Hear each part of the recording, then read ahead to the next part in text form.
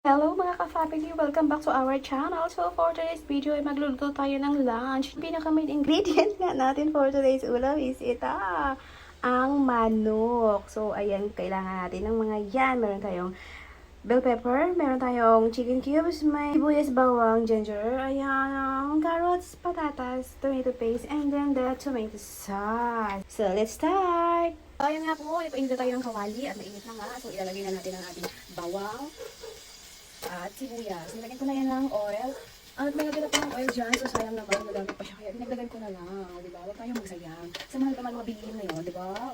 See? Nilagyan ko na yan ang luya para pangtanggal yung lansa ng manok. Di ba? Tupi-tupi.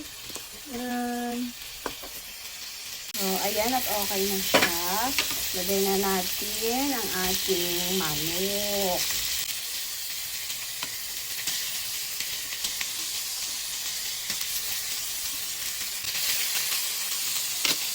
Ayan natin. Ating ingredients. Chicken. Ayan, mahina lang apoy natin. Takpan muna natin para mag-simmer ang ating chicken.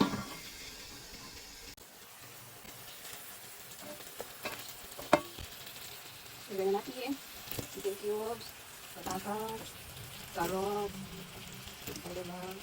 After ilang minuto, ayan na itsura na. Ayan. Paste. Yan na ang ating tomato paste. Lagyan natin yan. Lagyan lang tayo ng tubig. 1 cup of water. Ayan, water. Lagyan na natin ng tomato sauce. O, diba? Sabaw pa lang yan. Ulam na. Lagyan natin ng paminta yan.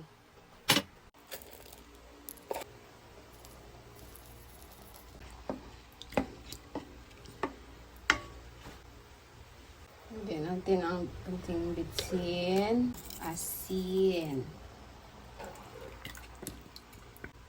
Sabaw pa lang yan mamaya. Ulam pa yan. Panang muna natin. Yan, lagyan na natin ang bell pepper.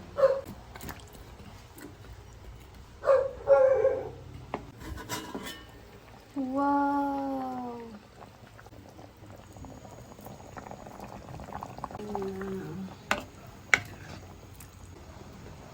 Taste it.